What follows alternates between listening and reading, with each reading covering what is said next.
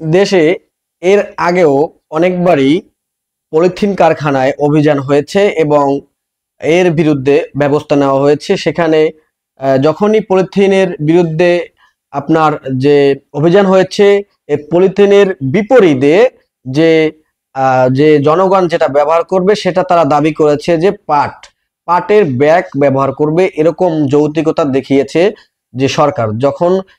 যখন সরকার এই পলিথিনের বিরুদ্ধে কঠিন থেকে কঠিনতম পদক্ষেপ নিয়েছে, তখনই কিন্তু দেখা গেছে যে পলিথিন কারখানায় অভিযান দিয়েছে, কয়েকবার অভিযান দিয়েছে, কিন্তু এটা বন্ধ করতে পারে নাই। পলিথিন পরিবেশের জন্য মানে অনেক ক্ষতি।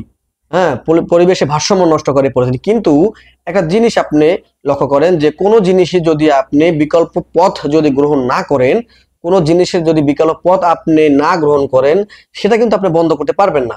আপনার আগে দরকার কি, মাঠ কর্মী মানে মাঠ পর্যায়ে যে শপিং সেন্টারগুলো রয়েছে, যে দোকানগুলো রয়েছে, ঢাকা শহরের মানুষ কিন্তু পলিথিনের উপরে কিন্তু বেশিটা নির্ভরশীল। আমি যতটুকু জানি বা আপনারা যতটুকু জানেন যে বাংলাদেশে কিন্তু মাঠ পর্যায়ে যত বেচা কিনে হয়, যত যাই বেচা কিনা হয় না কেন, সবাই কিন্তু পলিথিনের উপর নির্ভরশীল। শহরের প্রত্যেকটা মানুষই পলিথিনের উপর নির্ভরশীল। তো আপনি যদি পলিথিন বন্ধ করেন, পলিথিনের বিপরীতে তো একটা বিকল্প হিসাবে তো একটা আপনার বাজারে আগে আনতে হবে এবং সেটা পর্যাপ্ত রাখতে হবে।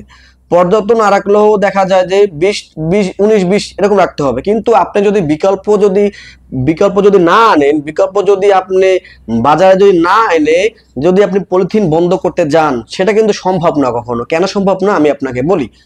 দৈনন্দিন জীবনে মানুষের জীবনের সাথে কিন্তু এই পলিথিন কিন্তু ওতপ্রোতভাবে জড়িত রয়েছে।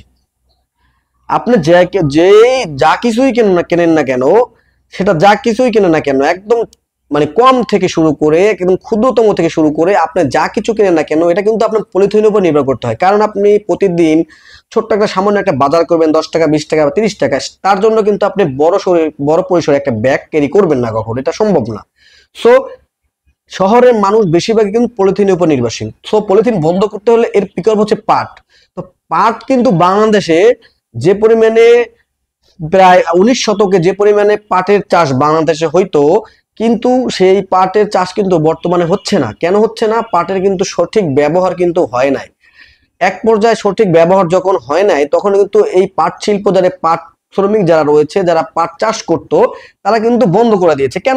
কেননা তারা যখন পাট চাষ করতে পাট যখন মার্কেটে নিয়ে আসবে, কিন্তু সেই পাটের সঠিক চাহিদা বা সঠিক মূল্যায়ন কিন্তু এই পাট শ্রমিক যারা রয়েছে তাদের কিন্তু করা হতো না। দেখা যেত কি, মানুষ এই পাট থেকে মুখ ঘুরিয়ে নিয়েছে।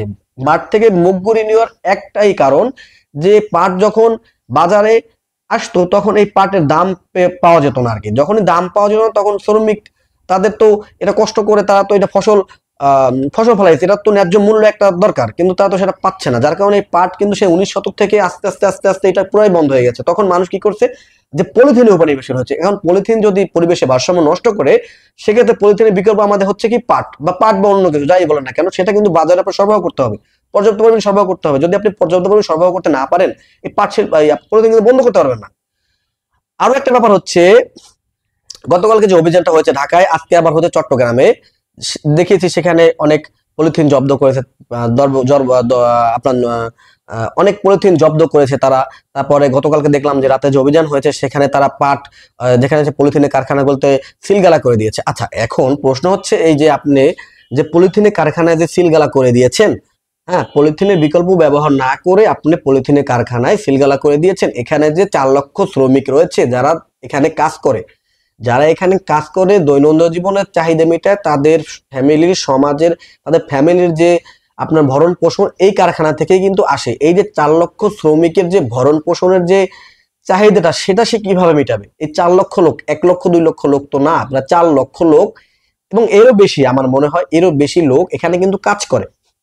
তো আপনি যদি এই কারখানাগুলো হুট করে বন্ধ করে দেন, তাদের যদি এটা বিকল্প পথ না হয়, তাহলে এই মানুষগুলো কি করবে? এই মানুষগুলো কিন্তু গতকাল এক বক্তব্য বলে তারা এখন চুরি ছিনতাই করবে। এই হচ্ছে কথা। সো যা কিছু হোক না কেন, সেটা বিকল্প পথ কিন্তু আপনার বের করতে হবে।